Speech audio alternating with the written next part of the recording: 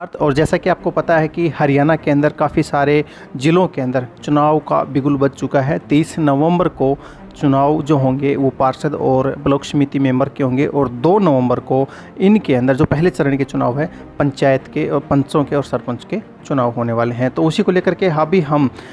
उन व्यक्तियों के पास में पहुंच रहे हैं, उन कैंडिडेटों के पास में पहुंच रहे हैं जो चुनाव को लेकर के ना, चुनावी प्रक्रिया को लेकर के ना और अपने आप को चुनाव के एक उम्मीदवार के रूप में आगे लेके आए हैं। और वो क्या, किस कारण वो लेके आए हैं, क्या चाहते हैं, किस कारण से वो चुनाव लड़ना चाह रहे हैं। तो इसी तरह इसी कड़ी के अंदर हम वार्ड नंबर 9 के अंदर बैठे हैं, जिला महेंद्रगढ़ के वार्ड नंबर 9 के अंदर बैठे हैं, जहां पर हमारे साथ में एक साथी जुड़े हुए हैं जो चुनाव को लेकर के ना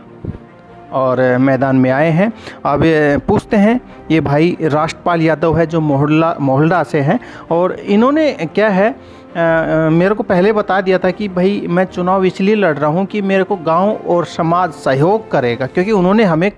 कहा है, उन्होंने ये कहा कि भाई मेरे पापा जी सरपंच थे पिछली योजना के अंदर। तो जब सरपंच थे तो उस दौरान क्या हुआ था कि हमने काम जो अच्छे हुए थे, गवर्नमेंट की तरफ से अच्छी ग्रांट आई थी, तो उन्हीं को देखते हुए मुझे दोबारा से भी एक पार्षद के रूप में था कि भाई हमारे वार्ड नंबर 9 के अंदर कुछ अच्छी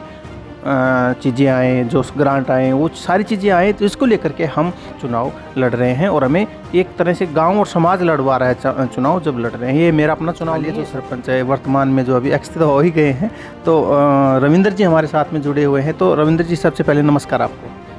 आपको और आपके चैनल के सभी दर्शकों को। पवन जी, मेरे सभी को राम राम, प्रणाम।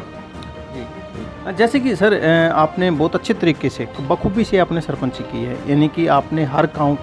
करवाया है। मैंने सर्वे भी किया था आपके गांव का, तो हर काम आपने करवाया है, गांव का सबका करवाया है। तो आप जैसे कि चुनाव लड़ रहे हैं, अभी आप पार्षदी के लिए आपके बेटे को आपने तैयार किया है, तो क्या कहना चाहिए?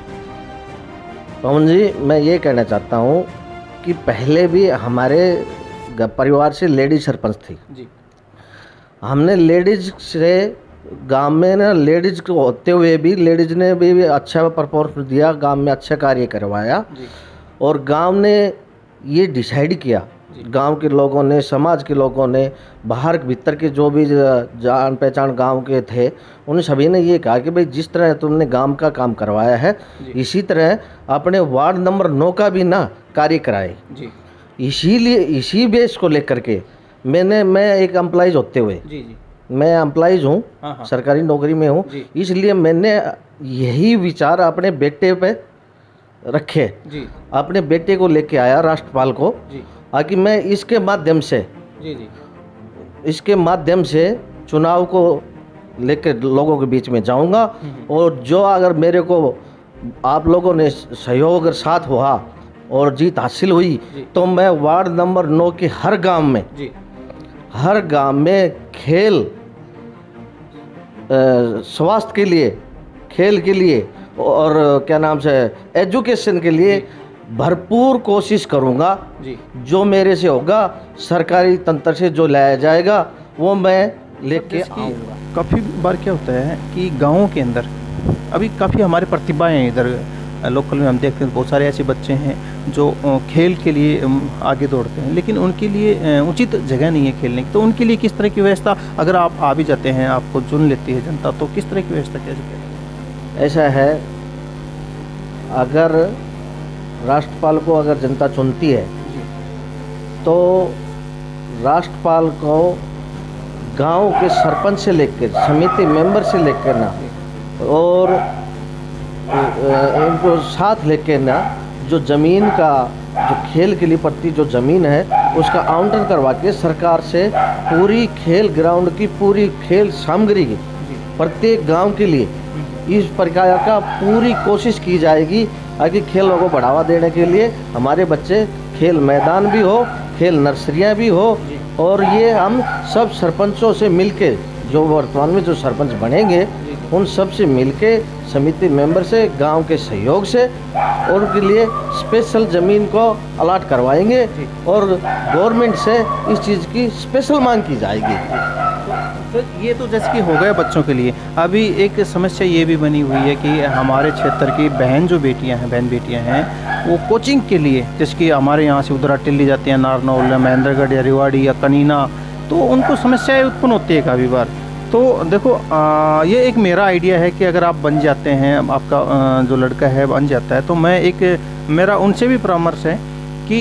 अपने गांव क्षेत्र के अंदर या 2 3 4 गांवों का एक शेड्यूल ऐसा बन जाए कि वहाँ पे एक कोचिंग सेंटर, एजुकेशन एकेडमी हो जाए।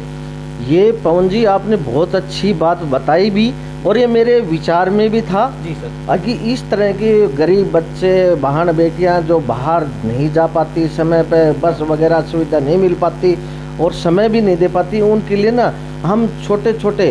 यानी कि 2 3 गांवों के ना एक सेंटर बना के ना इस एजुकेशन के पे पूरा काम करेंगे जी। ये हो गया जैसे कि आपने किया कि देखो एक चीज़ ये आता है, क्वेश्चन आ जाता है कि सर कई बार क्या होते हैं, जनता भी सस्पेंस में हो जाती है कि भाई हमें काफ़ी सारे आते हैं कैंडिडेट मार्केट में, मानते हैं, तो हमें भाई इन्हीं कैंडिडेट को क्यों चुनना है, यानी कि वो सोचे कि भाई हमें राष्ट्रपाल जी को ही क्यों वोट देना है, हमें रविंदर जी के बेटे को ही क्यों वोट देना है जो मोहल्ला से हैं, तो वो क्यों प्रश्नवाचक बन जाता है कि भाई क्या कारण है कि आपको ही वोट मिले। जनता आपको बताए ऐसा है जी, जनता ने, गांव वालों ने, बाहर के जो लोगों ने हमारे परिवार से सरपंची जो रही उसको देखते हुए कि भाई काबिलियत है, इनमें काबिलियत है, उन लोगों ने अपने पास आके विचार रखे कि भाई इस तरह के पार्षद का जो चुनाव है इसमें ग्रांटें किस तरह से होती हैं, कैसे होते हैं, तो आप ना इस पार्षद को ना लेके आओ। तो महिला सरपंच रही है तो आपने महिला सरपंच पे भी बहुत अच्छा कार्य किया है, तो आपकी बार वार्ड नंबर 9 से जनरल की आदमी की जो सीट है, तो आप सब वो तो मैं पहले भी बता चुका हूँ, मैं नौकरी होने के पीछे मैंने अपने बच्चे को इस लाइन में लाया और मैं ये कार्य करवाने के लिए जो लोगों ने मेरे को विश्वास जताया ना उनको पर खरा उतरने के लिए अगर भाई मैं ये कार्य करवा सकता हूँ, इसलिए मैंने बच्चे को आगे ले आया और मैं विश्वास दिलाता हूँ आप सभी को, सभी आपको भी और आप दर्शकों को भी सभी को विश्वास लेता हूँ, मैं इस कार्य पे खरा उतरूँगा और प्रत्येक गांव में सरपंचों से, समितियों से मिलकर ना इस कार्य को पूरा करूँगा।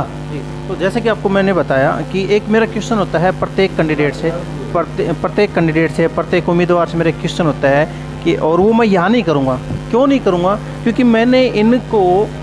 पास्ट में देखा है कि इन्होंने काम किया 5 साल के अंदर। इनकी जो पुत्रवधू थी सरपंच के रूप में थी और उन्होंने मिलकर के इनके जो छोटे भाई की मिसेज थी उन्होंने मिलकर के इन लोगों ने अच्छा काम किया था, इसलिए मैं इनसे वो सवाल नहीं करूँगा। और सवाल मेरा क्या है, सवाल वो ये है कि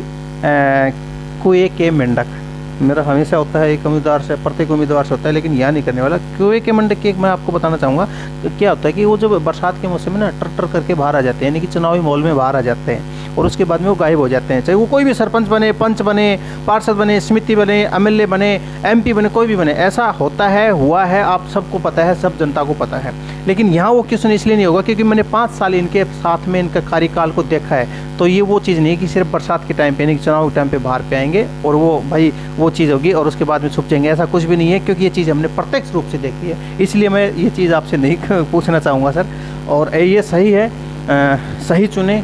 अच्छा चुने और उनको चुने जिनको नॉलेज है, जिनको ज्ञान है, जिनको बाहर भीतर आने जाने का पता है, जिनको ग्रांट के बारे में पता है कि क्या ग्रांट आनी है, कौन से गांव के लिए, किसके लिए क्या चीज़ होना है, उनको लिए चुने। तो आपका हमारे साथ में जुड़ने के लिए धन्यवाद, नमस्कार, जय हिंद। बीएससी मेडिकल से कर चुका है जी और एमएससी